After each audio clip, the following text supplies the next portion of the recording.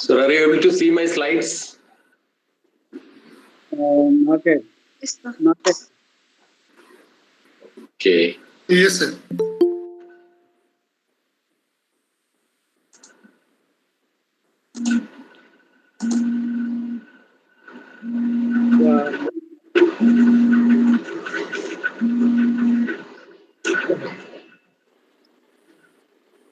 Just a second. Your window is open, and you can presentation. You can. Yeah. Yes. Now you are able to see, right? Yeah. You can go to the presentation mode. Yeah, full screen. Okay. Thanks.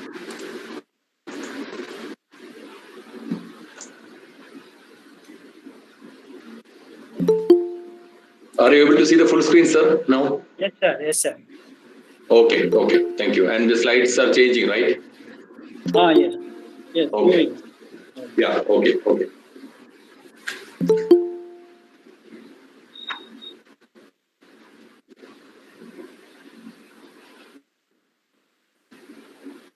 Start in another.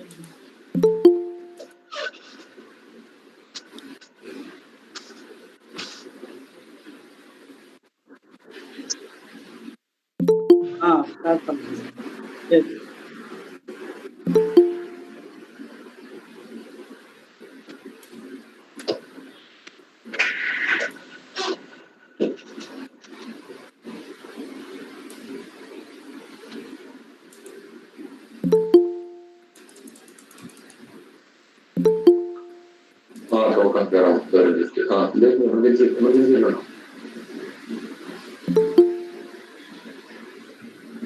Oh.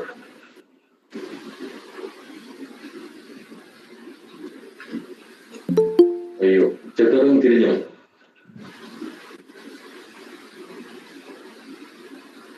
ഓ ഓ ഓ ഓ ഓ ഓ ഓ മനസ്സിലായി ശരി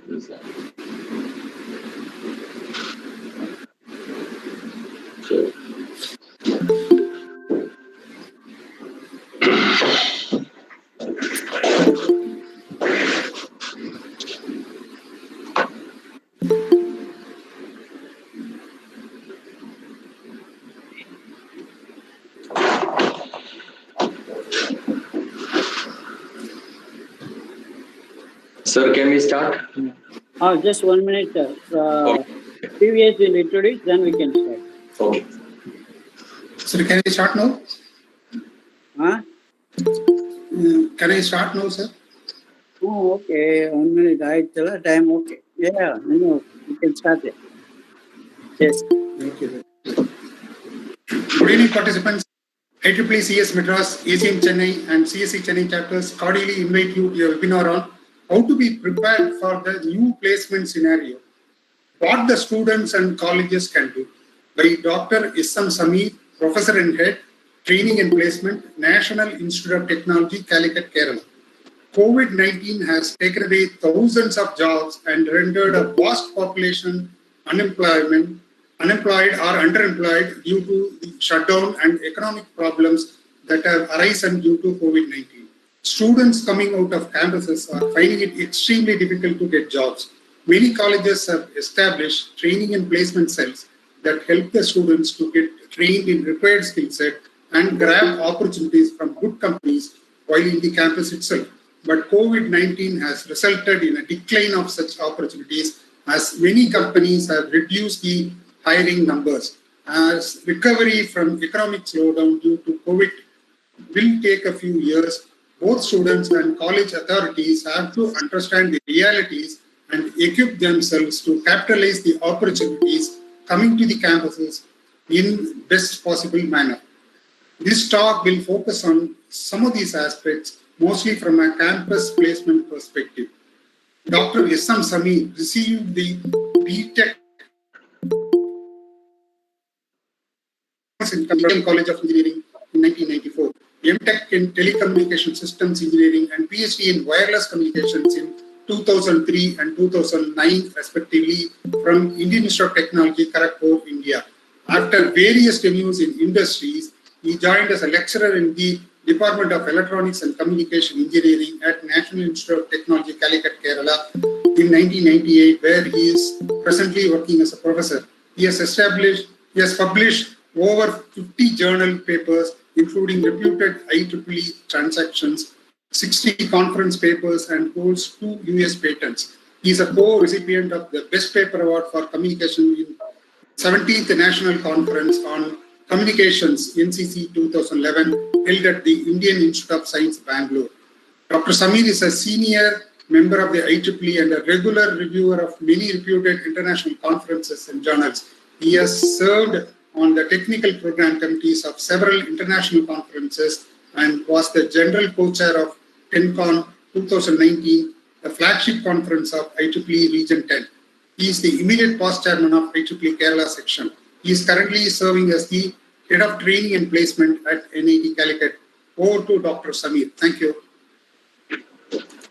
Thank you very much for the kind introduction. And for the next 1 hour, we'll be talking on some aspects related to placements, the preparations, and what the stakeholders, various stakeholders in this system can do to improve the placement scenario, or to, help the students to capitalize the opportunities that are coming up in their way.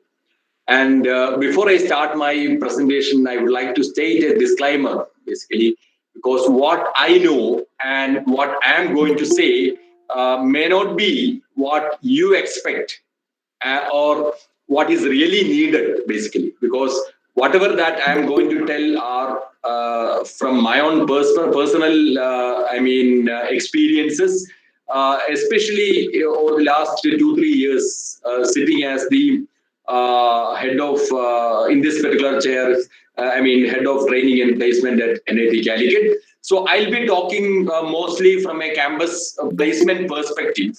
And though there would be a gap between what I am going to say and what is really needed, I thank the organizers of this program, CSI, SEM, and IEEE Madras chapters, for giving me this opportunity to interact with this large number of participants across various sectors. Students, faculty members, and other stakeholders interested in these kind of topics. Right. So, looking at the agenda, what I've thought is basically is to try to answer 3 important questions, basically. Right. Like, why our students are not really employable? We see a lot of reports that about 90% of students coming out from our campuses are basically not employable, we say.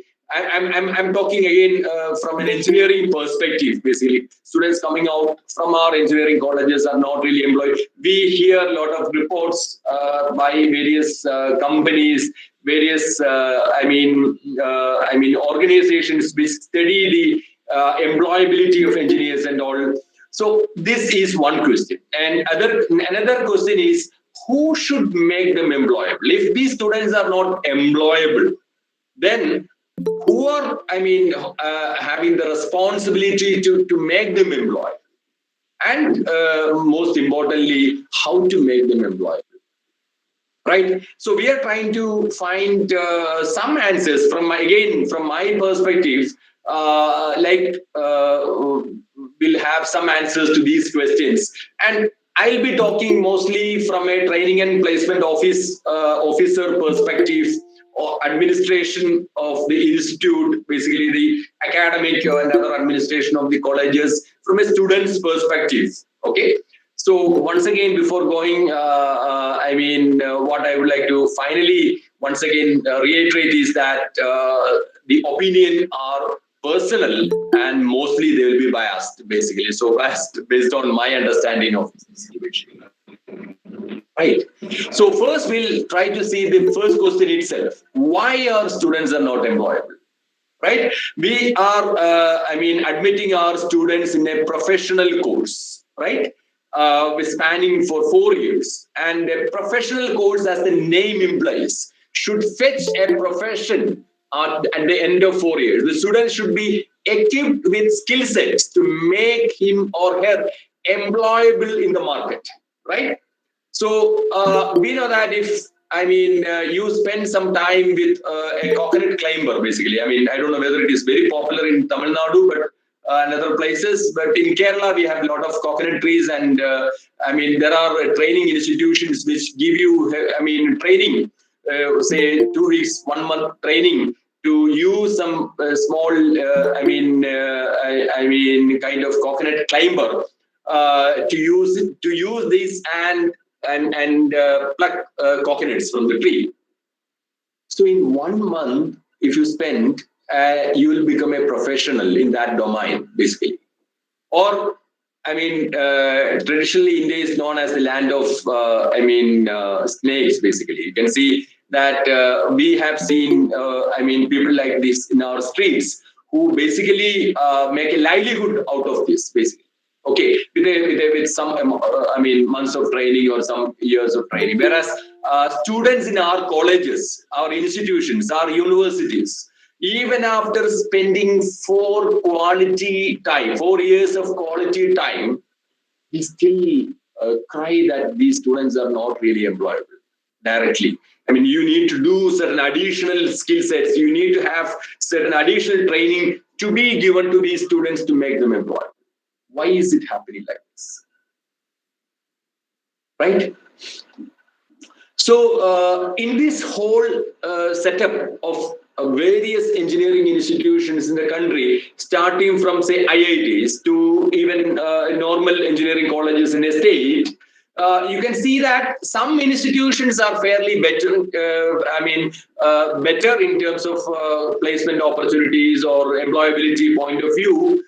Some are not so, but some are, personally, I feel that some are only because of, only better because of the input quality. Okay, some institutions get very good students. They are known to, lot of students as the best institutions for studying engineering. So therefore, there is a lot of, competitive exams to be cleared to get into those colleges. You need to have a very good rank. So therefore, those institutions get very good input quality. And some institutions have a very good array of alumni accrued over the years, occupying key positions in the industry, ready to help those institutions to bring those companies where they work, where they have leadership roles, back into those campuses for recruitment. So these two are two very important driving factors which help some of the institutions performing fairly better as compared to some other institutions. Not really because of the great amount of training that they impart on these students, right? So probably we can say that it is not because of the 4 years that they spend in those institutions, but despite these 4 years, what they spend in these institutions, finally they are more employable. They are having those skill sets. They are having good problem-solving skill sets. They are having good aptitude. They are having good communication skills, and finally they are getting more employment opportunities also. So microscopically looking at the curriculum of engineering colleges, you can see that more or less the curriculum followed in all institutions across the country are not really catering to make these students employable at the end of 4 years. So again, we'll come back into the question, why are our students not employable?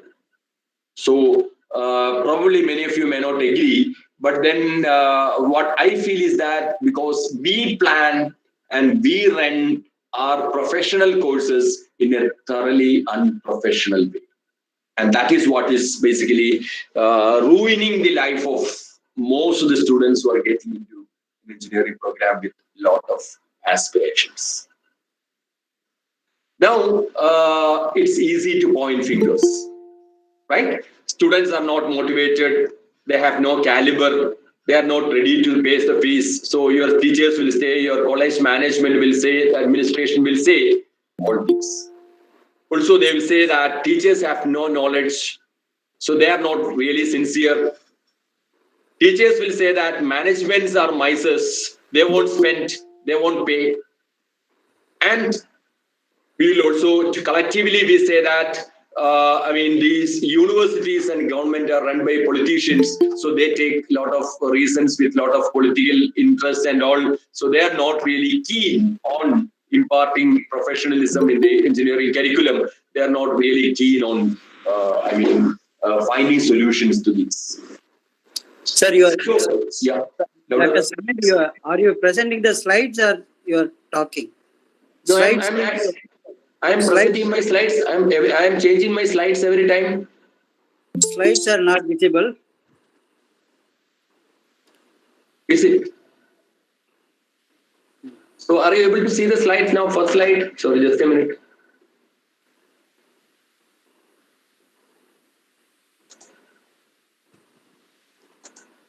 Hello. Hello. Yeah. Good afternoon, sir. Just a minute.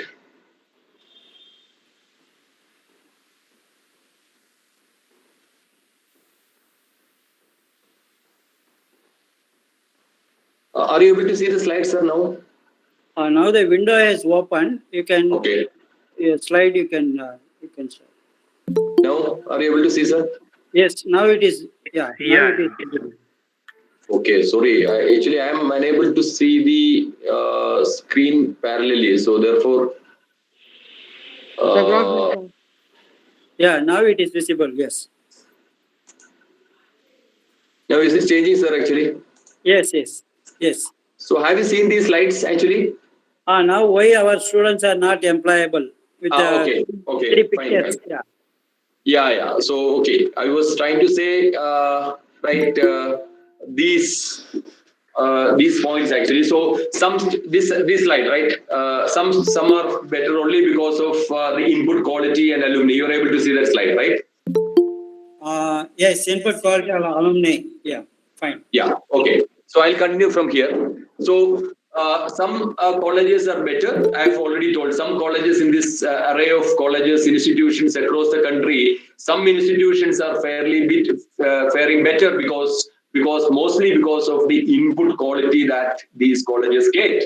And I mean the student input quality and the connect that they have with their own alumni. Basically, they have a lot of alumni occupying key positions in these industries, in good industries, and they are able to bring their industries or industries known to them back into the campus. So really speaking, these students are getting employment opportunities not because of the 4 years that they spend in the colleges really microscopically looking at, but despite the 4 years that they spent, they are able to get opportunities because of these advantages of input quality. So companies know that these institutions have got a very tight admission procedure, so therefore these students would be good and so on. So our students are not really employable because we plan and run our professional courses in a thoroughly unprofessional way. So it is easy to point fingers. Students are not motivated. Faculty will say that students are not motivated. They have no caliber. They are not ready to pay the fees and so on. Management will say that teachers have no knowledge and not sincere. Teachers will say that managements are misers. They won't spend, they won't pay. And we will collect. Sir, good afternoon, sir. Hello. Yeah, please. Good evening, sir. Okay, yeah. So collectively, we all say that the university system is basically run by politicians. So therefore, they are not really keen on improving the quality of students. So therefore, we can, just relax, blame the system, blame the people, blame the government, and then relax and enjoy our tea. But that won't solve the purpose. So there is a very famous biblical quote, right? You might have seen this. God, grant me the certainty to accept the things that I cannot change as it is. Courage to change the things that I can, and the wisdom to know the difference. So that is the most important part in this, that whatever possible to change, we should try to change. And we should also try to understand whatever that we will not be able to do anything, we will not be able to change.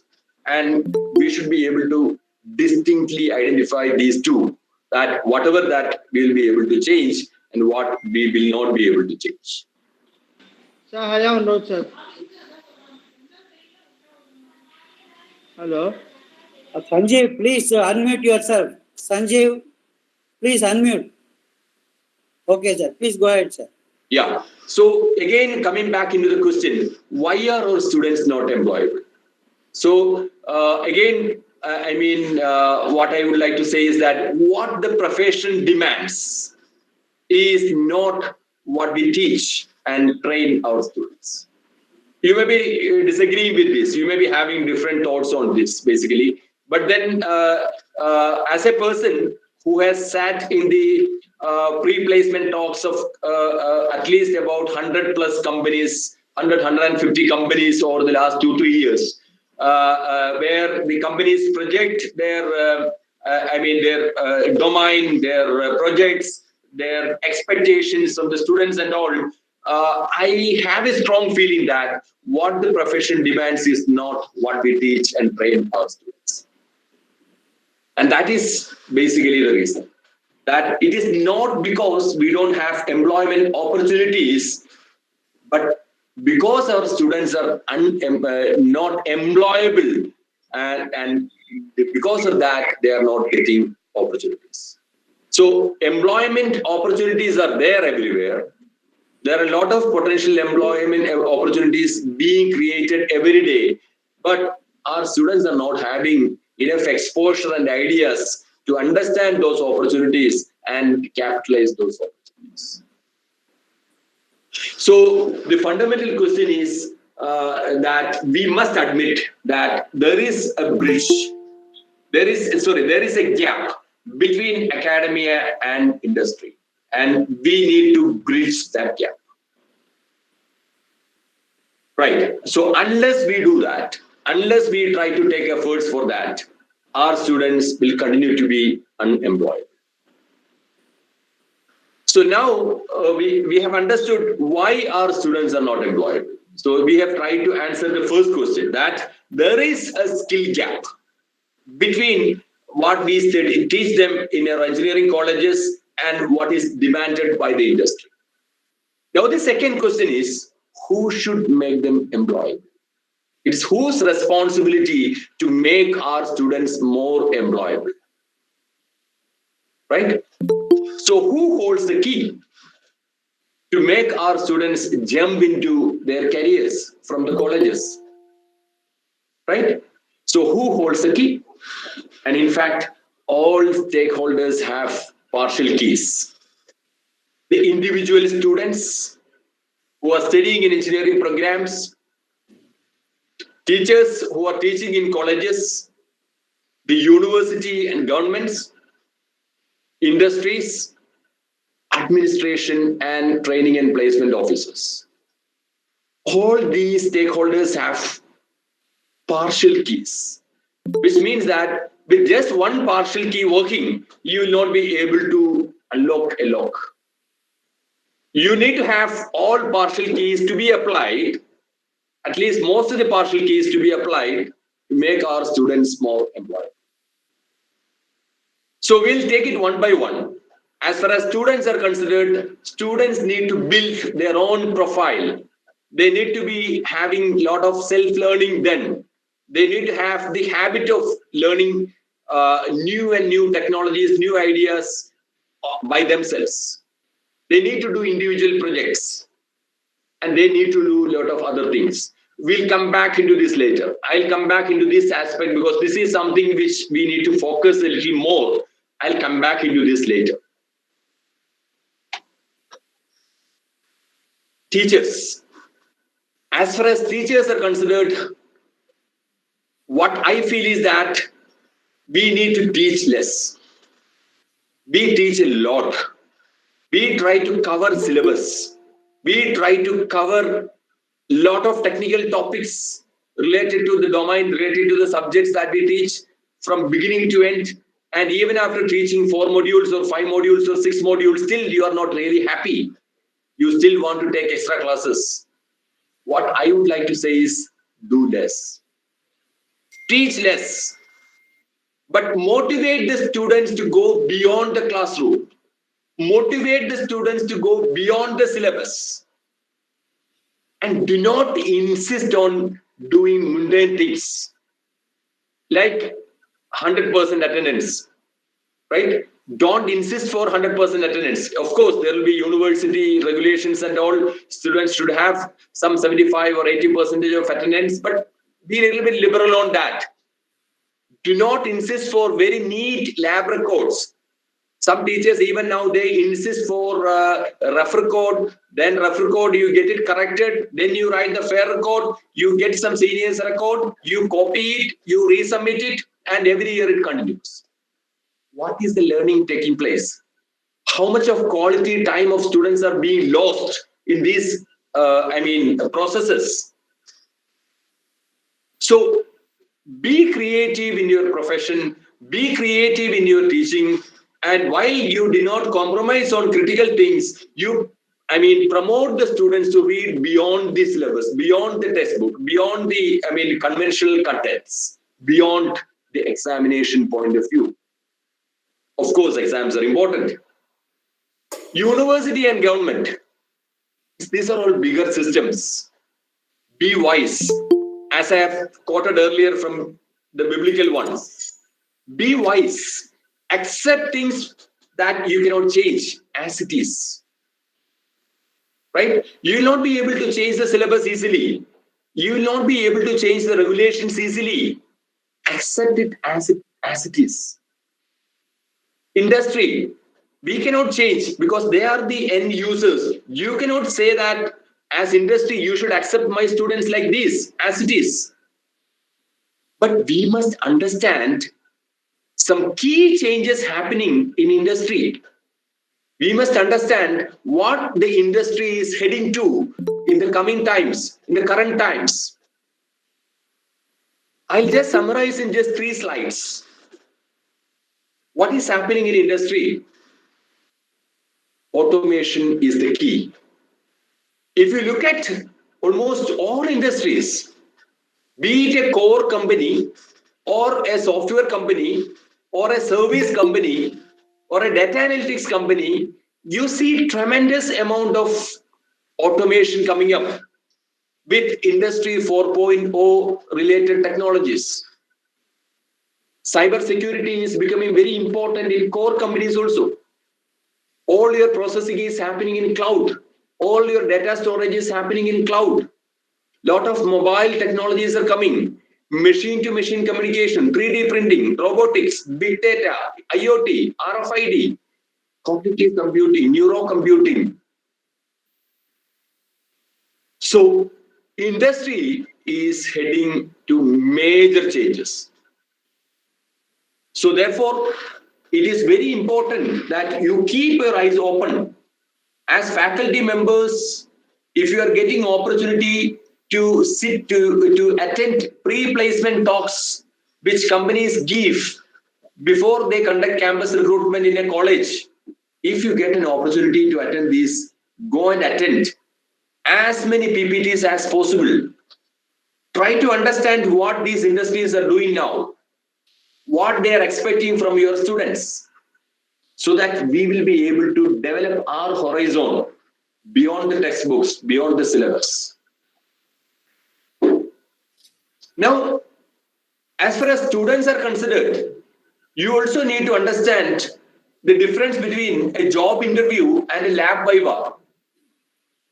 Because in a lab viva, the teachers just wanted to ensure that the students don't burn the lab. Right? So they'll ask some questions before the lab, whether you have just to check whether you are just prepared for the experiment. You don't just burn the lab. They want to finish you. They want you to finish the experiment fast and leave. And we have certain fixed marking scheme, and sometimes the teachers will be already prejudiced that when I go and as a student, when I go and sit in front of a teacher, sometimes they know that I'm a 9-pointer. Already that impression will be there. So whatever that you say, sometimes you'll get good mark. And if you are not really, knowing a question, you don't know the answer to a question, and you'll say that I don't know. Probably the teacher will simply scold, why are you not studying and all, and then call the next person because they just want to finish those jobs. Whereas in a job interview, the interviewer would like to know the professional in a better way. Sitting before the interviewer is considered as a professional who will be coming to that in company tomorrow. So they would like to know that professional better. They would like to know what the students know and how much you know. That is very important. What you know and how much you know. How the students are approaching the new problems. When a new problem is given, how he is approaching. Most importantly, can this student be trained?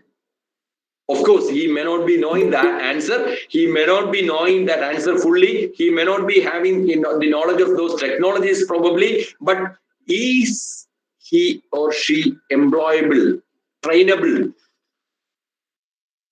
Or in other words, do they ask the right kind of questions and build answers from the clues or hints that we give as an interviewer?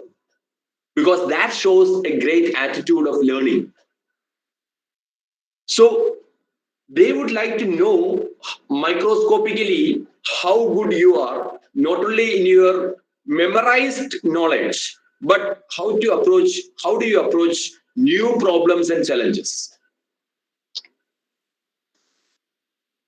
So now you understand the industry in the post-pandemic scene. There are a lot of changes. Lot of jobs have become extinct. Lot of people are losing jobs. There is salary cut happening. Especially the mid and high paid jobs are at higher risk because companies wanted to reduce the expenses on salaries. There is a constant sword of Damocles over the new joinees' heads. Those who have joined from our campus also this year already, they are telling that they are having huge work pressure because they are sitting at home. Lot of work is given from morning to night, from Monday to Sunday, they have to work. There is what is called as gig economy coming up because companies are not really interested to employ an employee with all, employment benefits that we used to get. So full-time jobs are becoming freelancers' job and ad hoc appointment, contract appointments. In fact, for some jobs, even degrees do not matter, but the skills matter. If you're having good skill sets, sometimes you'll get a good multiple freelance opportunities. Because you have the opportunity, especially in the software sectors, to work from home, you will be able to explore multiple new opportunities. So if you are using Zoom as the platform to interact, then not just, try for one, you zoom your opportunity across the globe, because in this new work environment, location of the employees do not matter much. So every tragedy has got an opportunity. The opportunity is that in this new environment, in the coming years, because people are now used to these kind of workspaces, our locations and looks do not matter much. What matters is how much we know, how much we can adapt, and how much we demand in return. Right? So our knowledge level, our adaptation capabilities, and the salary that we demand are going to decide our future. Of course, there are some minimum requirements like you should have a decent connectivity and you should have a greater professional commitment, because in these times, companies want loyal employers. Loyal employees. So if you're loyal to the company in this difficult time, when the situation becomes better, you will have better chances for promotion, better chances for higher placements. Right. So we know that all these stakeholders have partial keys. Now coming back into the last point, last partial key, administration and TPOs. On one side, most of the colleges are having a lot of struggle because the input quality may not be that great. The alumni may not be supportive. Alumni connectivity will be very poor. They may not be supportive to the college. So the situation is quite challenging. So what we generally do in colleges, colleges arrange motivational speeches, technical workshops, lengthy seminars, webinars, soft skill training. Traditionally, colleges are doing all these. Probably webinar may not be that popular, but the rest of the things colleges were doing. And now webinars also, but we have failed. So the final and question, why our students are not employable? We have seen. Who should make them employable? We have seen. The final question is how to make the students employable.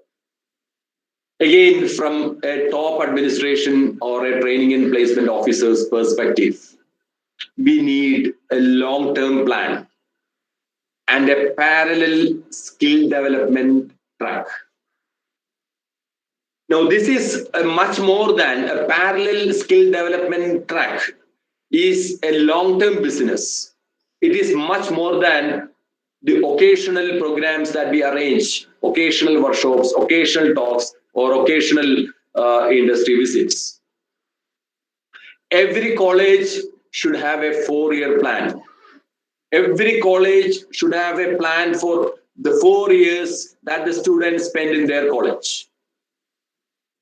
So when a student gets admitted in a college, he'll be passing out, he or she will be passing out after 4 years.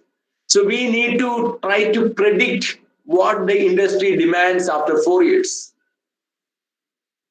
Identify the skill sets to be focused on.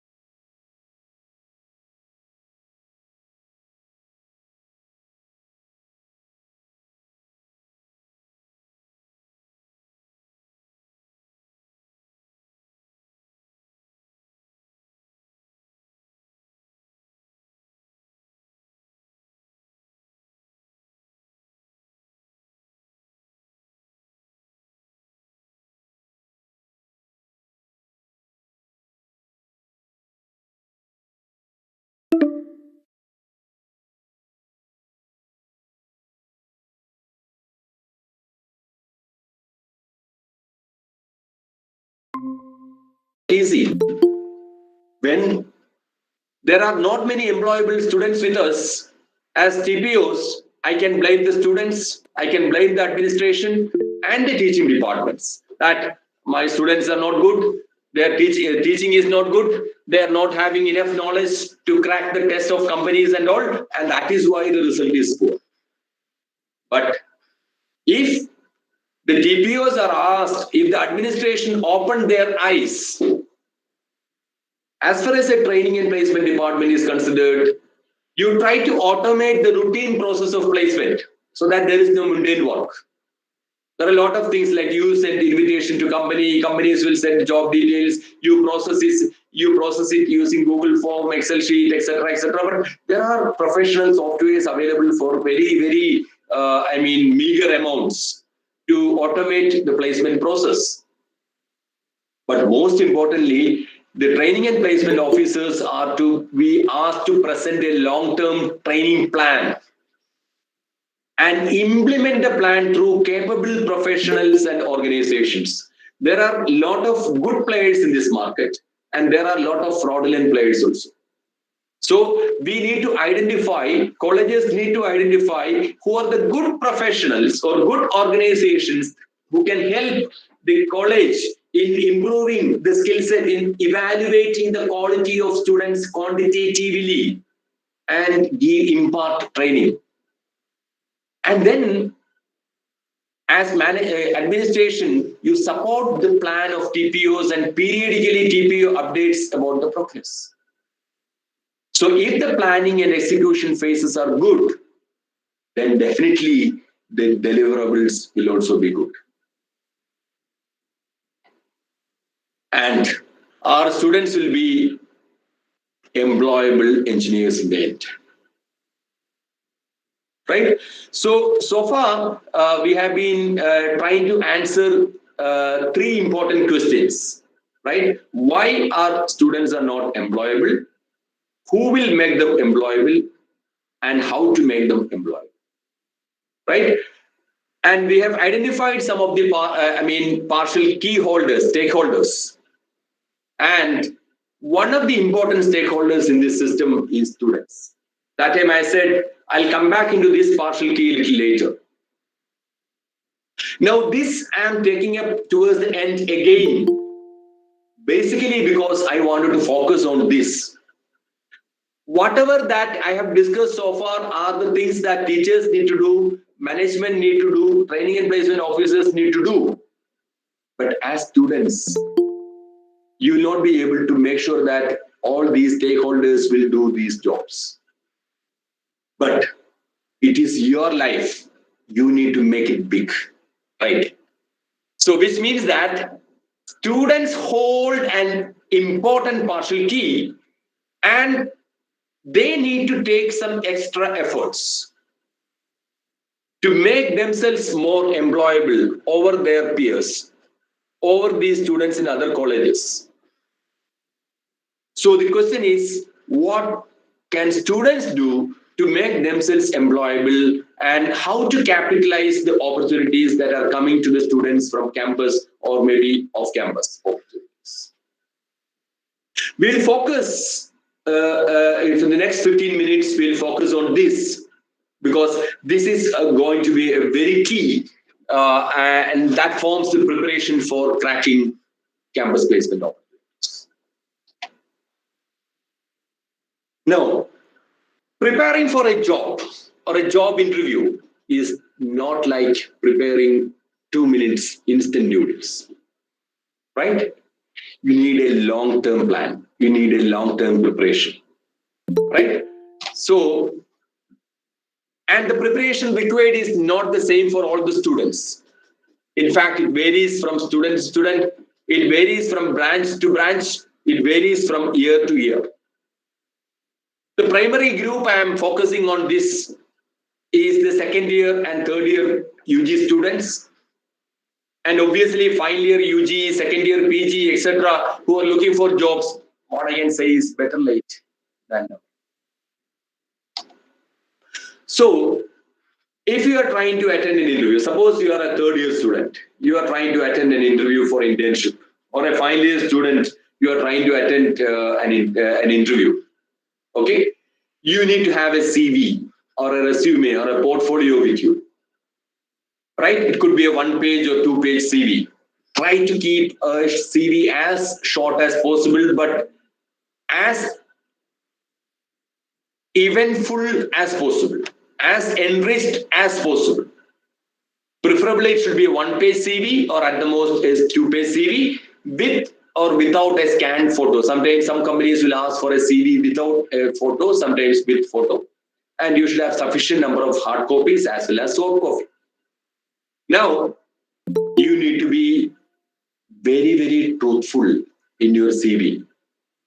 Generally, what we see is that you will try to project yourself as the best possible candidate by writing a lot of so many things. But the moment you sit in front of an interview table, everything will get collapsed. So you need to be very truthful to yourself, your skill set, right? And also, sometimes we need to have multiple versions of the CV suiting to different type of jobs. Because if you're looking for a core job and if you're looking for a software job, sometimes the CVs could be slightly different. So you need to prepare it in different ways. But whatever may be the CV, in general, there are some standard things that you need to include in your CV. Your past academic credentials, right? Suppose you are a 7th-semester student, so you need to give your 10th, you need your 12th grades, you need your engineering semester SGPS, CGPA. If your past percentages are not so good, if you had some year break, then definitely it will haunt. Ensure that you have all your original certificates with you always and sufficient number of copies. So in your CV, you need to highlight the academic projects that you have done, especially the interdisciplinary projects which the industry is demanding now. Because we know that engineering problems are interdisciplinary in nature in general. So especially if you're a non-circuit branch student, circuit branch means electrical, electronics, computer science. If you're a mechanical or chemical or civil student, if you have done some work along with your electrical counterparts or electronics, then you will have an advantage over some others who have not done that. So you need to have group projects, interdisciplinary projects, as well as independent projects to show your individual capability.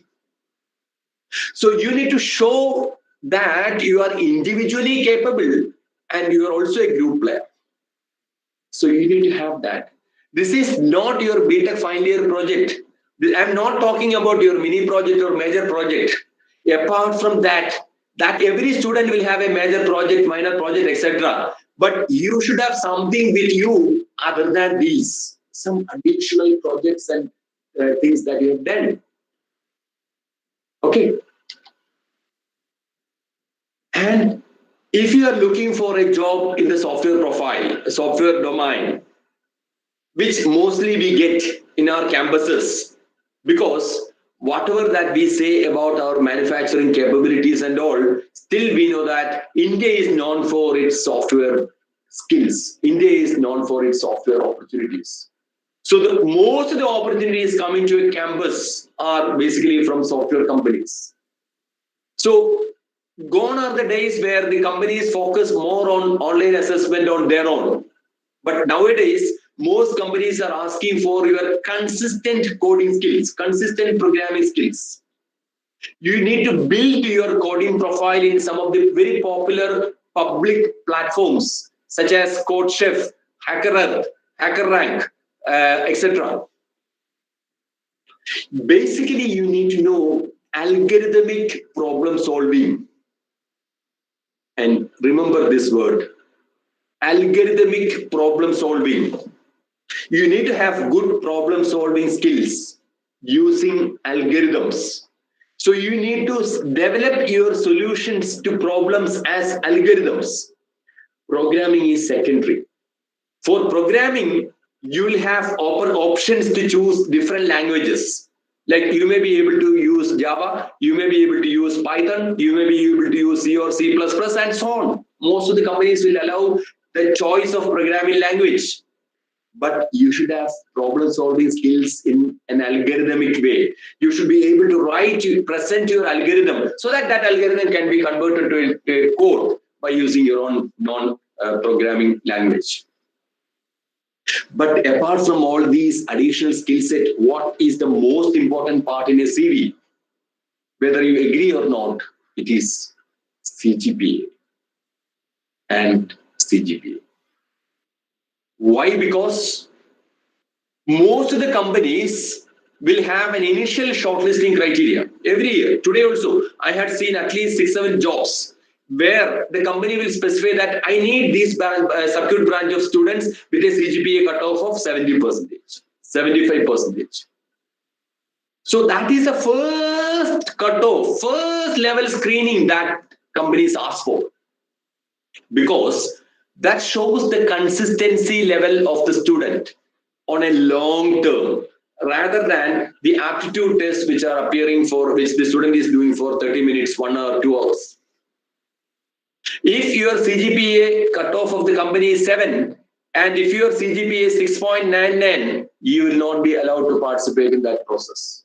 Perhaps if you ask your seniors who have lost opportunities because of 0.01, you will be able to understand. Right? So the value of 0.01 becomes significant if you are not meeting the eligibility criteria of a company just because of that. So marquee is important, and all other credentials are also important, but they'll come as secondary for most of the jobs. Now suppose you are having a good CV and you got your CGPA and all good, and you are shortlisted by a company, and a company is conducting a process, right? Now you are shortlisted by the company in the initial screening. You are called for the online assessment. But before that, normally the company will give you a pre-placement talk. So if you have appeared for the opted for the company, it means that you are interested in getting the job. Show that interest. Not because you just meet their CGPA cutoff. So because of that, acquire some critical information about the company before attending the PPT. That is, you can visit the official website of the company and their career page to understand what are the jobs that these companies provide, what are the skill set that the company is looking for, what are the projects that these companies doing, what is their domain of expertise. Read about the company from other sites. There are various sites which are giving information about the company, Glassdoor, and various other sites which will give you reviews about the company. And if you know some seniors working in those companies, try to talk to them. And when a PPT is scheduled on a fine morning, say at 9 a.m., be on time and please choose a decent posture while attending a PPT. Right? Something in between these extremes. Like you should not be showing like a cowboy, or you should not be showing that you are, totally worried and frustrated. So you should show a positive energy while attending a PPT. In a PPT, you you attend it carefully, right? And sometimes the company will ask several questions about the company, about the CMD of the company, about the stock value of the company, about the offices of the company, about the projects of the company, and so on. So try to answer some of these queries based on your learning which you have done prior to their visit. And if you need to ask some sensible questions, ask sensible questions. They'll be happy to answer about the work, about the job. Okay?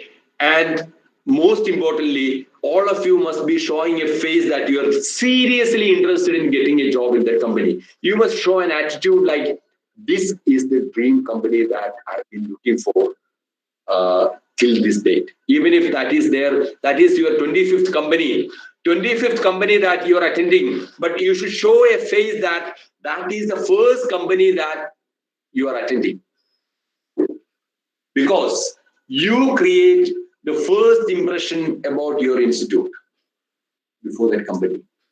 And when senior management is coming for conducting this PPT and all, normally the hiring numbers are flexible. So if they see that the students are having the right attitude, then probably they'll select more students.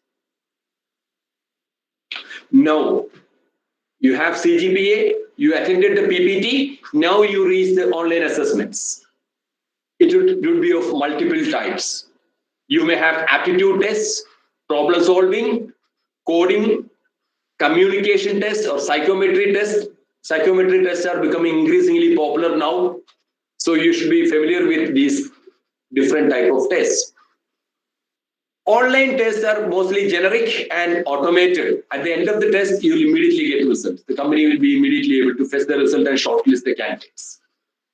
For coding round, as I mentioned earlier, most of the companies will be looking for your algorithmic problem solving skills. Language is generally your choice, unless you have some specific domains. But for communication, English is perhaps the only choice, right? So you need to have good communication skills along with other skills as well. The problem with generic test is that the companies can easily compare your college with any other college and your batch with your seniors, because they'll be knowing that your seniors, the cutoff was 65 marks out of 100. But if you're in your test, actually, the top score itself is 60 marks, then the impression about your batch is gone. Or some college A, the cutoff was, there are about 50 students attain that cutoff, whereas in your college only 10 students are attaining that cutoff. They'll be able to see how, as a college, as a batch, how your college is faring better as compared to another college. Some of the jobs will be open to all branches, and all non-computer science students also will apply for a coding job, and eventually they may skip or partially or completely, and they show a bad face to the company.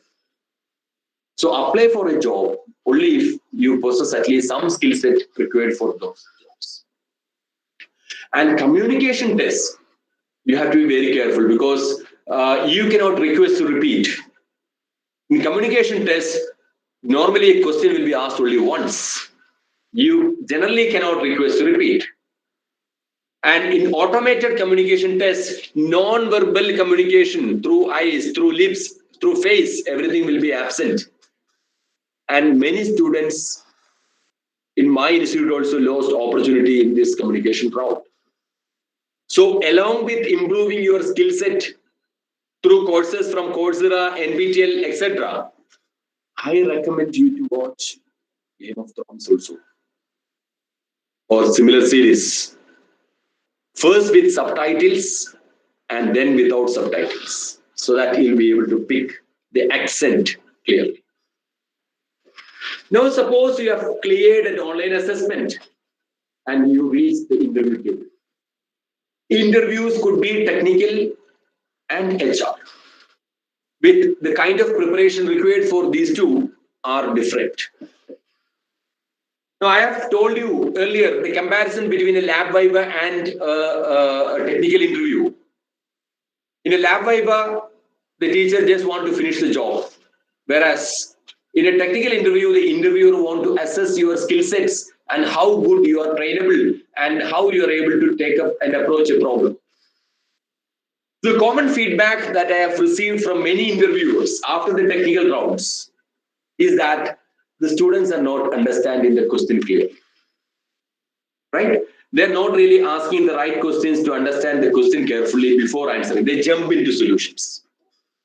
There are no serious technical projects. All resumes are looking alike. Everyone has done this CGPA, everyone does these courses, everyone has got a CGPA, everyone has got a major project, but nothing more than that. Students are not confident about the things that they know and about the projects that they have done.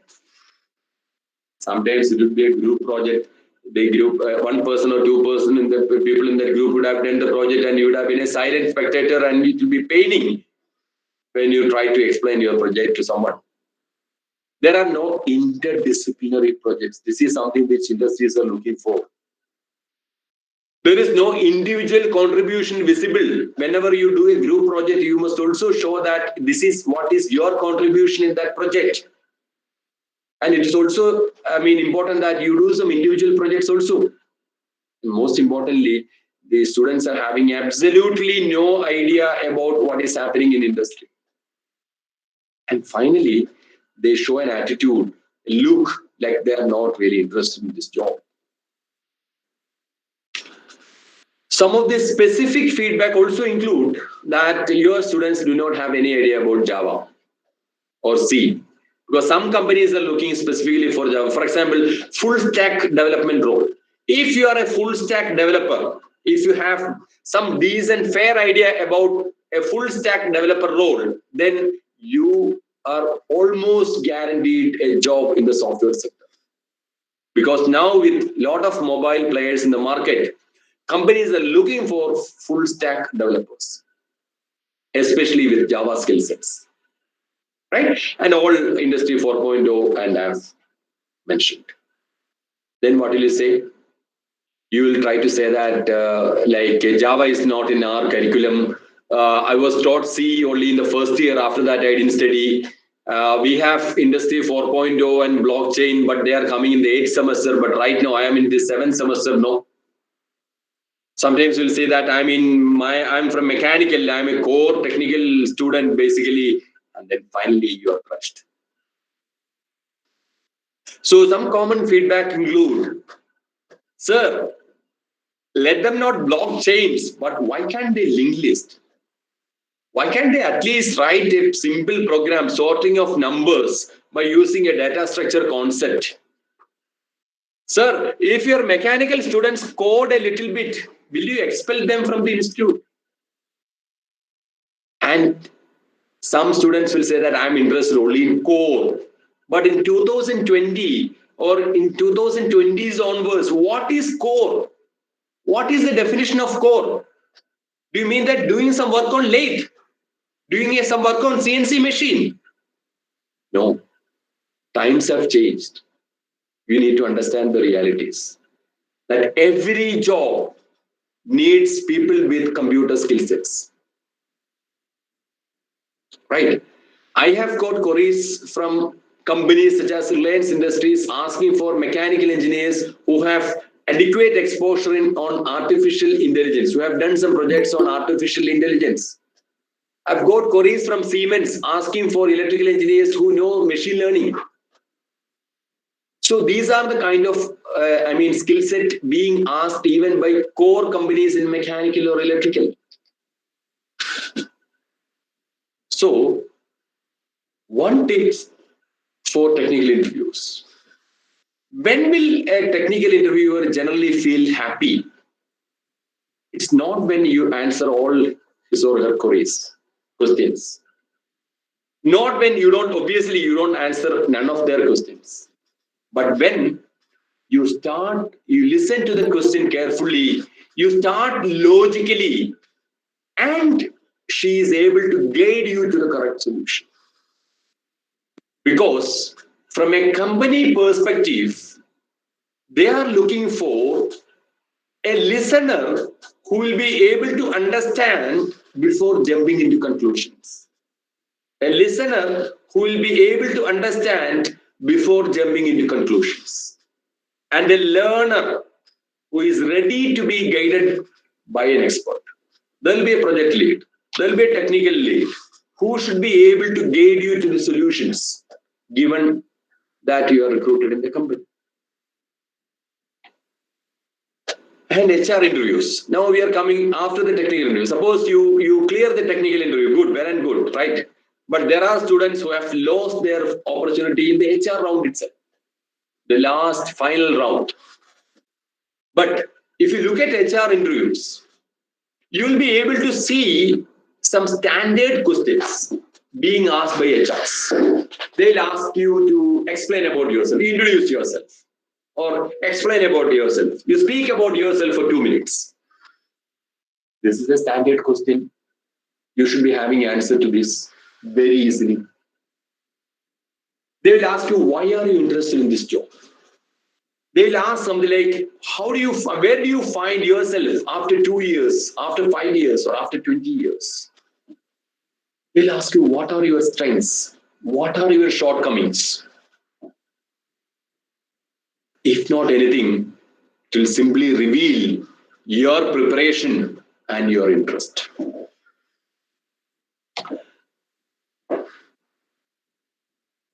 So a quick solution to all these common questions that you may get. Prepare the answers for all these questions because these questions are going to be generally common.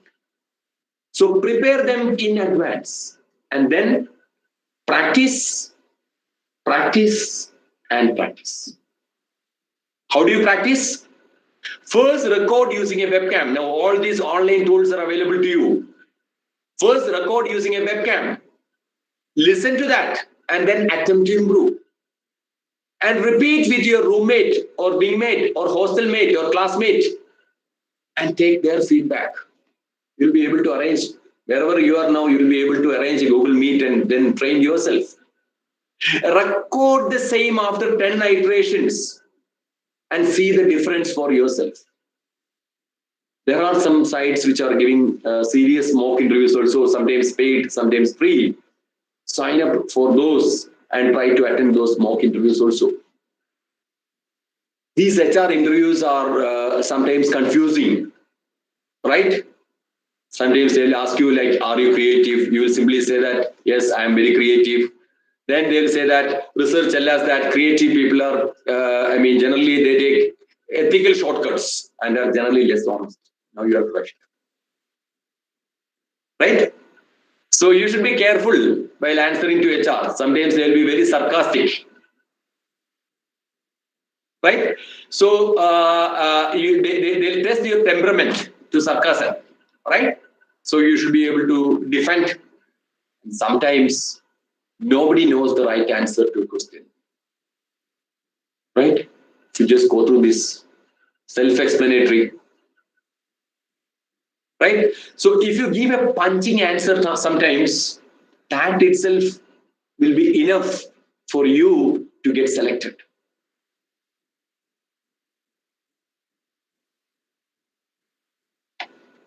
So jokes apart, there are questions to be respected and their questions are to be respected and our questions are to be reasonable. Because at the end of HR interview, sometimes the HR will ask you like, do you have any questions? Sometimes they will ask some tricky questions like, our CTC is low. Why do you want to join this job? They will say that you're having a high CGPA. Why are you looking for this job? They will ask, what do you want to know about the company? And if you ask, like, when can I get my next promotion? Or what is your work timings? Then probably you're crushed. So again, I repeat, companies look for a person with basic credentials and potential who has the right attitude for the job. This is very important. You need to have skill set, you need to have credentials, which include your CGPA, projects, whatever, but then you should have the right attitude for the job. It's difficult, but still ask yourself once in a while that what do I want in life, in profession? Because it is important to figure out this, as most likely it is your first job, not the first salary, that is going to decide your career path. Unless you take critical U-turns at right time. Sometimes after working for 3-4 years, you may go for higher studies to take a deviation. You may go for a management career, you may go for civil service, something else. But generally, you'll be getting your second job based on your first job. So therefore, you need not focus more on CTC, more on salary, but it is the job role that you get as your first job, which is going to become important in your career. So therefore, you need to ask yourself, what do we want before applying for a job? There are, some easier things that individual students or students clubs or students group or institutions can resolve together. They can conduct sessions, learn together, like how to make good CV, how to attend a PPT, how to get a good CGPA, how to prepare for aptitude and coding tests, how to improve your communication skills, how to learn Java, how to do interdisciplinary projects, how to crack technical interviews, how to approach HR interviews, how to deal with Zoom or WebEx or telephonic interviews, how to get mock interviews done. All these.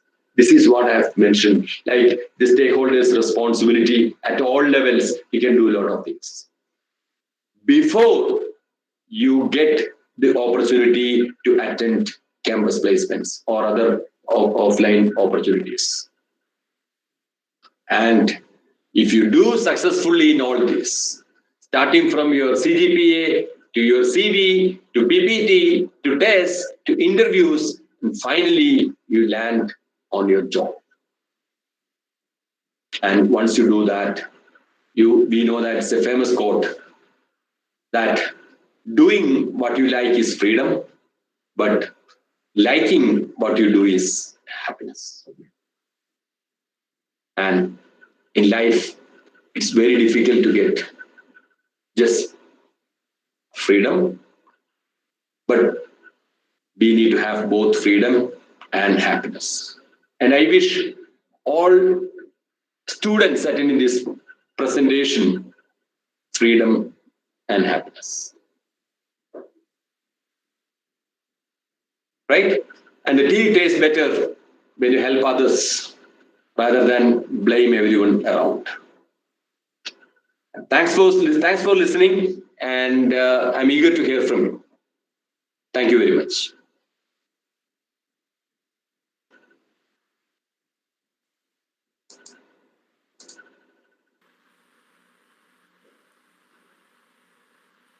Sir, over to you. Yes, sir. Thank you, Dr. Samir, for your wonderful presentation. So it is a very comprehensive one, covering the entire process of placement. In fact, you have very much highlighted the roles of various stakeholders. In fact, many people think that the students are only responsible for either getting the job or not. Yes. But you have brought in the total spectrum of people, at what level their role has to be improvised and things like that. It is really an eye-opener presentation for many of us. Thank you very much. Thank you, sir. Yeah. So, for the opportunity. And if I have, in fact, I was shared with a few questions. So, how do you take the questions actually? So, should I go to some of the questions which are asked by the participants, or? I will ask some of the questions. Okay. Yeah, good. Okay. There are some general questions also there. Okay. And particularly now that COVID situation, a lot of virtual interviews are taking place. How to prepare for virtual interview? Okay.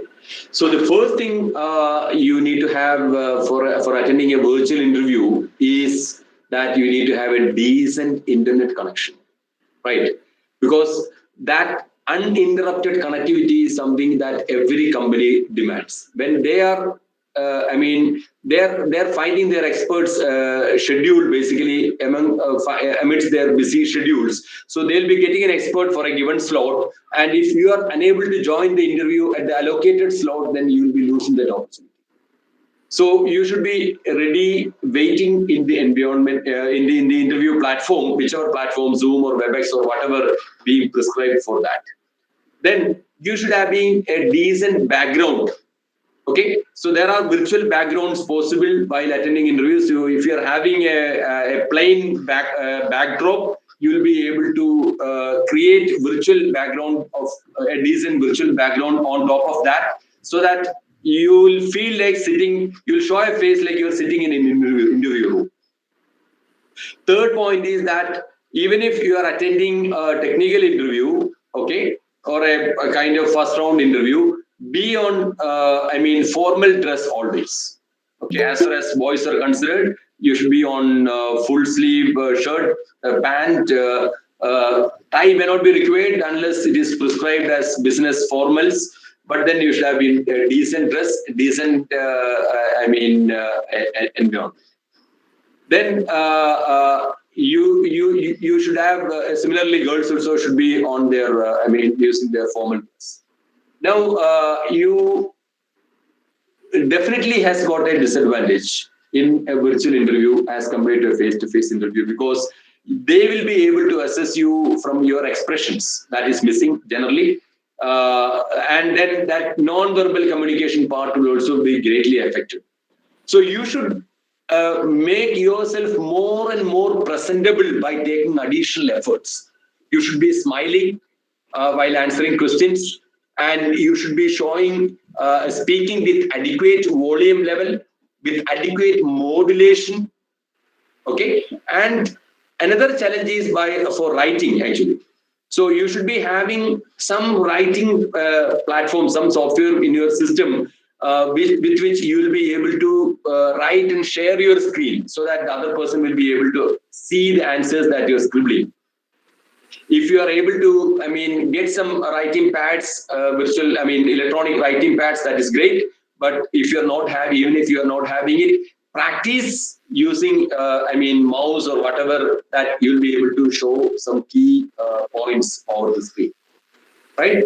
And sometimes you may be asked to wait in interview room. Some other interviews will be going on. You should not enter in the interview room unless you are asked to do so, because some interviews will be happening already. They don't want those questions to be heard outside. So don't enter in an interview room if you're asked to wait in an interview.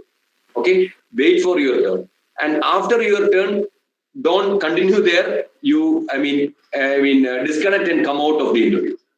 Okay, and be responsive to all your calls, because your telephone network has to be, because sometimes the HR will be calling your phone and ask you to join in next 10 minutes. So you should be always available to your call from the company or from the student coordinator who is coordinating the placement process. Most importantly, sometimes the interviews will be happening late in the night also, because sometimes they'll be having work till day. You will be asked to attend an interview at 10 p.m. I've seen that interviews happening here even at 1 o'clock in the night. Interviews were happening. So you should be ready. You should be having, the attitude to attend the interview at any point of time with normal formal dress and with a pleasing attitude. So Yes. virtual interview is much more difficult than the physical interview. Much more difficult. The only thing is that you are sitting at your home. That's it. So, but that is all the more challenging, because there will be a lot of noise coming out. So your family members also should support you. That, Yes. The noise level has to be very, very less. Okay. Is salary negotiation a must during the interview process? As far as a fresher is considered, don't go for any negotiation. Any negotiation. That's my experience. So sometimes salary will be slightly flexible. Sometimes they'll be giving a little more to a person whom they found is very good. Sometimes your classmate may be getting 50,000 more than you, but don't matter. Don't think about it too much. Okay, unless normally in campus interviews they will be prescribing the minimum salary. Sometimes they will specify the belt salary. Range, say 5 to 7 lakhs or something like that, depending on their appraisal, not your asking. Okay, so you should not try to negotiate. You can say that, you can, if they ask such a question like what do you want to be given or something, you can say that if you feel that I'm worth to be positioned for that median salary which you are thinking of, kindly give that. So that's the best you can say. Otherwise, it's up to you, you can say.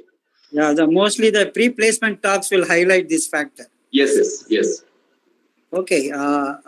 Is there any specific thing we should follow when you apply for the job after a break? See, many times the break, in the profile creates a lot of problems. Is there anything specifically we must Yes. See, break is really a problem basically, because companies want two class of people generally, either directly from campus, fresher, or people who are having experience. Okay, so if your BTech is, you are belonging to a 2017 batch and you are attending interview in 2020. So there are 3 years left. So these 3 years, what you have done becomes very important. If you have done some course, professional course, formal course, that's fine. You will be able to justify. Otherwise, it is very difficult. Okay, many students are having this issue. Many students are coming to MTech after a few years without doing anything. They come to MTech, and many companies are imposing constraint that there should not be any break in studies for more than 1 year. So up to 1 year of break is generally negotiable. I mean, you can say that I was preparing for that, those exams, I was preparing for those courses and all, so therefore I did not try much. That is why there is a break. But generally, if the break is more than 1 year, you should be having some experience certificate with you, which you will be able to substantiate. I mean, you will be able to see that, show that you should be able to show that you were working on this, either as an internship or a job. Otherwise, it is slightly difficult. Okay. As you have said, the meaning of core has changed. Yeah. What should we do as students of core branches? There are two things actually. One thing is that the definition of core itself is changing. Second is that many of the core jobs, for example, students recruited from our own campus in 2020 batch, in core companies, they did not onboard these students so far because they need mostly the students to be onboarded physically. So now the companies are struggling because of COVID restrictions. In general, there is an issue that whenever there is a fall in GDP, fall in orders, market fluctuations, the core companies will be affected first. So therefore, their opportunities generally will be volatile. Sometimes they'll be having good number of projects, they'll be recruiting more people. Sometimes they'll not be recruiting that many people.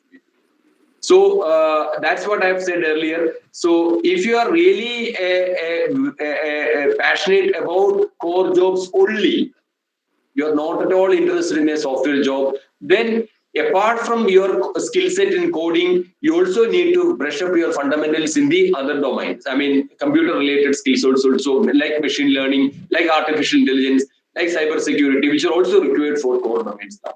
You need to do additional courses, you need to have additional certification, you need to do additional projects while studying the course itself. So the core students, so the core students become double degree holders. Kind of double degree. Like if there is a possibility to do a minor in computer science or electronics in your curriculum, in your university, you should go for that. Yeah, many universities and institutions offering the dual degree courses, right? Yes. So they should try for that. Okay. And there is a question from a placement officer. Yeah. How to motivate companies to come for recruitment? Yeah, that's a general question that comes from many training and placement officers. Now, this is a bit challenging basically because many companies will have their own choice of institutions. Traditionally, built up over the years based on the alumni working in those institutions. It is very difficult to get a company which is not visiting a campus for quite a long time to come afresh. Now, the idea is that you should present to the company that you are having people with great skill set that this particular company is looking for. So you should understand the domain of the company, what this company is really looking for. For example, if the company is looking for personnel trained in, cyber security, for example, it's a security related company, right? So you should highlight contact the company saying that you have elective courses in these areas. You have good number of students trained in these areas. You have good number of students who have done some projects in these areas. So therefore, with these students, you will be able to get some population who may be of right talent to your company. You can invite that. So rather than ready-made brochures, writing a lot of things about the college, about the department, about the faculty, etc., you should have customized content to bring new companies to the campus. Okay, and not only bringing new companies, you should be able to show them the right talent. Right, so that is all the more challenging. So if you are targeting some company to be invited next year, at least you should start working this year itself. That you can also go to the LinkedIn page of those companies or HRs in those companies. You can see what are the advertisements that they are giving. you should try to give those training information to the students and train them so that they will be coming to your college. So it's a long-term business. And also another way is like if you are knowing to someone, your own batchmates, your own students, past students working in those company, get hold of those students because their reference will become all the more valuable to the company to decide whether to visit a campus or not. So the networking helps. Networking helps. It is challenging, but we need to have continuous efforts. Okay. Can you suggest which is better, choosing between placement or higher studies, considering the current situation? What I would like to say is, even after you spend a lot of money and do a higher study, it is not sure how long this current situation will continue. Even after 2 years, probably the situation will be the same. So if you are having some potential to get a job, if you are having some passion to work, I would suggest you to work. Okay, there are a lot of internship opportunities coming up. They may not be paying much because you are sitting at the comfort of your home mostly. So you need not demand more money, no more stipend and all. You try to get some good work, do that work, and show that you are a good player and you are able to contribute. And in these testing times, if you are loyal to a company, if you do a good work, then when the situation improves, you will be positioned at a very high job, very high position. So more like take it as an internship period, something Yes, like that. yes. Okay. Is this time good for starting business or getting into entrepreneurship? I have not much. I don't have much idea, but as such, I don't see that the market is not so good because all these support mechanisms are mostly accepting some few government mechanisms. Most of the support mechanisms are also not functioning. Everyone is skeptical how things are evolving and all. So it's not really good time to start your own venture. Try to do some work, get some experience, and then think about doing something on your own. That's what I feel. Okay, you are mentioning about CGPA. High CGPA is one of the most important thing. Any tips for the weak students who are not good at having good CGPA? Yeah, actually, see, CGPA, there are companies who don't consider CGPA also. I'm not telling that every company will look for a CGPA cutoff of very high. There are some companies, maybe if you take 50 companies, 4 or 5 companies generally will say that no CGPA bar. But their numbers will be less. So obviously, if you are not having high CGPA, then my advice is to get into internships, right? You will be able to get into some small internships. Okay, maybe virtual internships, 2 months, 3 months. You show that in your biodata, you show that you're not having CGPA, but you have done several courses, several internships, several skill sets, basically. So if you are having the adequate skill sets, even those who are not those who have not completed BTech also are getting jobs in this market. So basically, you there have are to some students. supplement. Basically, Yeah, supplement. you have to supplement with additional skill set. Okay. And what is the scope in hardware industry? See, because we have been talking so much about software and then service and things like that. Is there any scope coming up in hardware industry? Almost nil is my experience. No, but the government of India is planning a lot of digital India initiative, Make in India. What I feel is, see, unless you do R&D here in India, opportunities will not be coming to our students, basically. If you are manufacturing from components and technologies coming from outside, you need only IT holders and diploma holders. You don't need BTechs, right? So assembly lines, manufacturing plants don't need BTechs for manufacturing items, right? Unless you have R&D here, but R&D is not there. R&D is very, very limited, excepting some public sectors, excepting some companies. R&D is not happening in India. Whatever hardware jobs that people are getting in, even in major companies, are also testing jobs, hardware testing. Okay, so hardware testing is kind of a software job only. You have automated routines, you have to run and then check. That's it. Okay. There is a very controversial question. How to improve the qualities of training and placement cell officer. Officer. Because they are the focal point. So if they are not very, and also the how to motivate the management to sort of do better for the placement related activities. Yeah, it is basically, I mean, many things right now. The education has become a business, and people are not doing their respective roles. correct. So is there any way that it can be changed? Actually, people should be educated about long-term goals, right?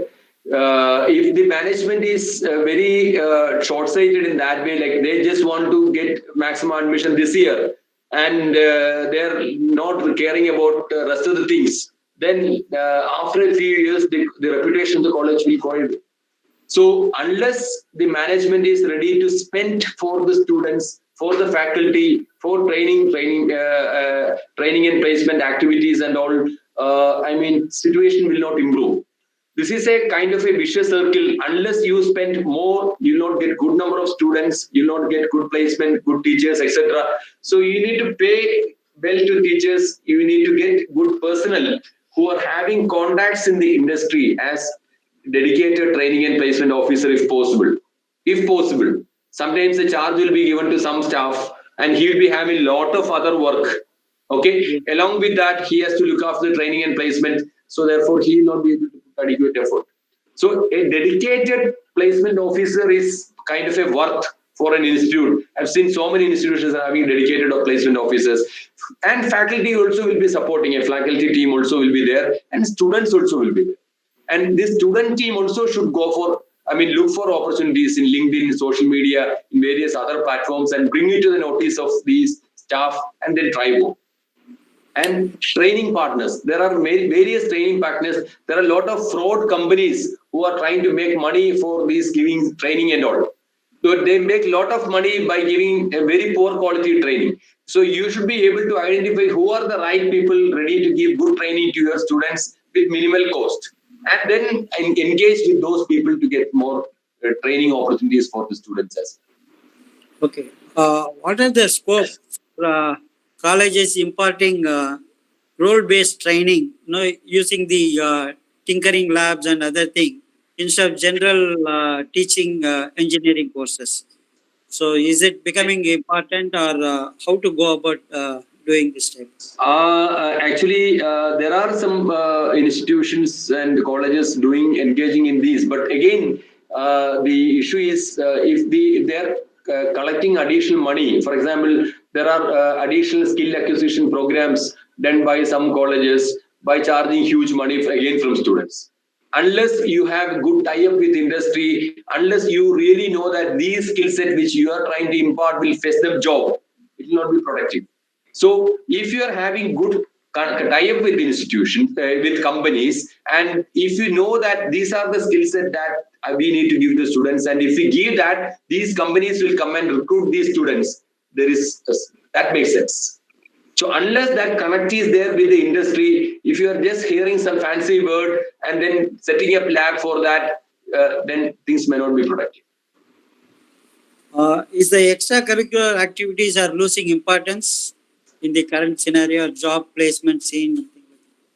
See, people used to give a lot of importance for extracurricular. Yeah. But the point is that you will be able to tell about the extracurricular activities that the credentials that you have only if you get a chance to sit in an HR interview, or at least a technical interview.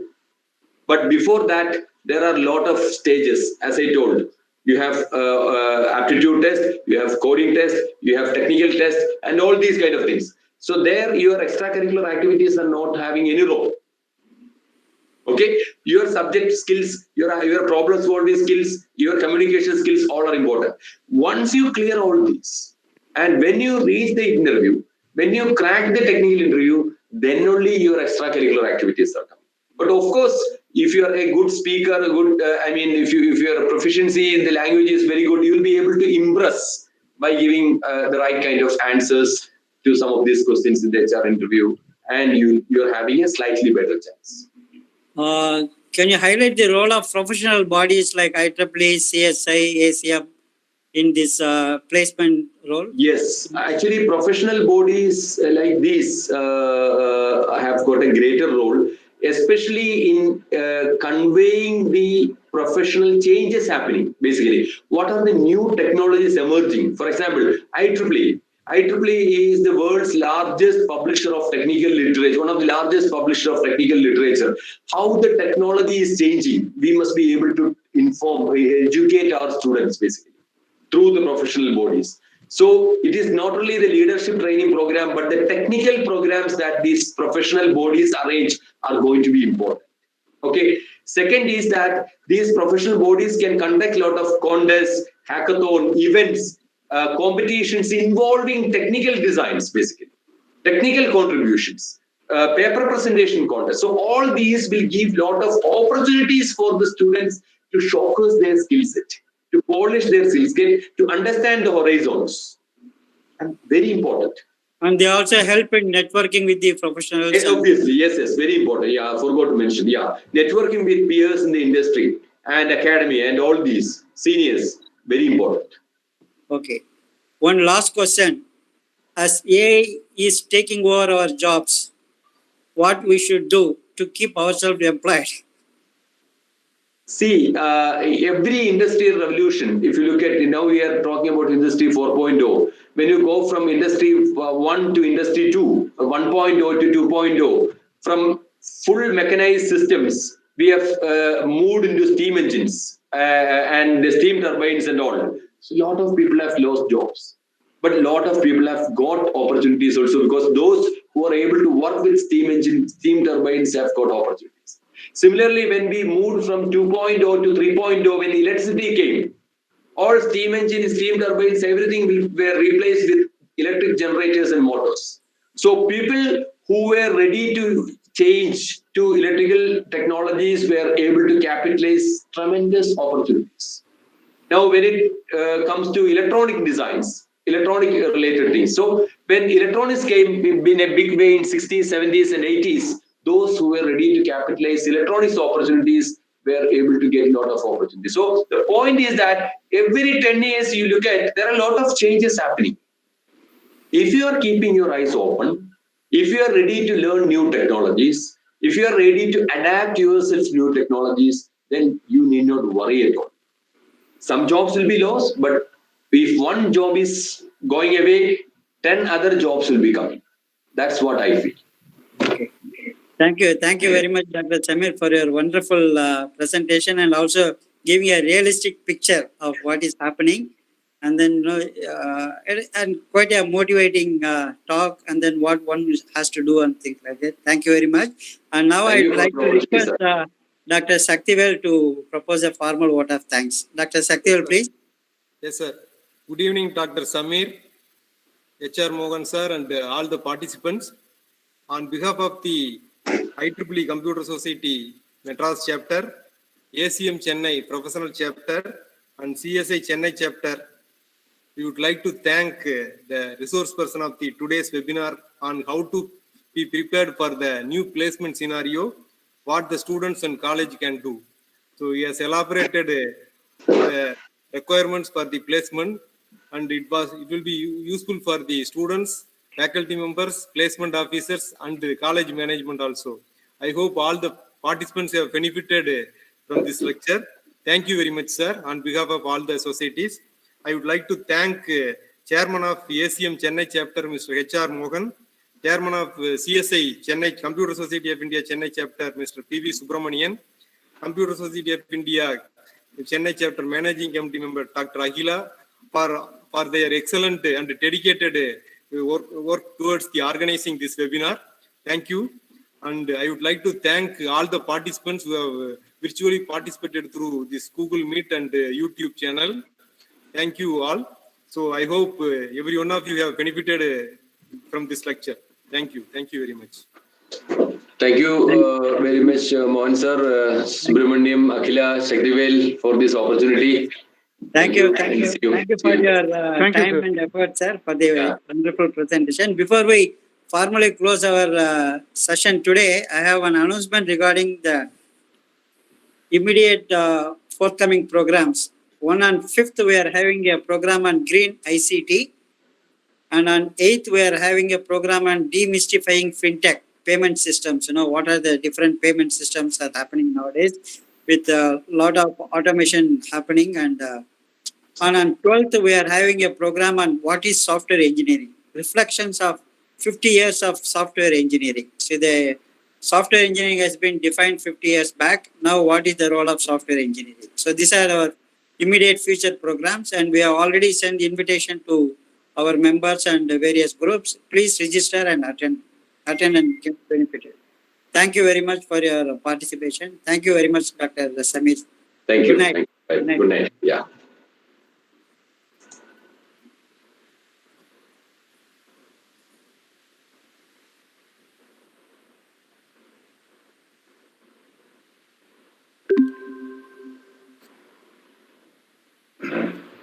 Sir, Ah. Mr. Sri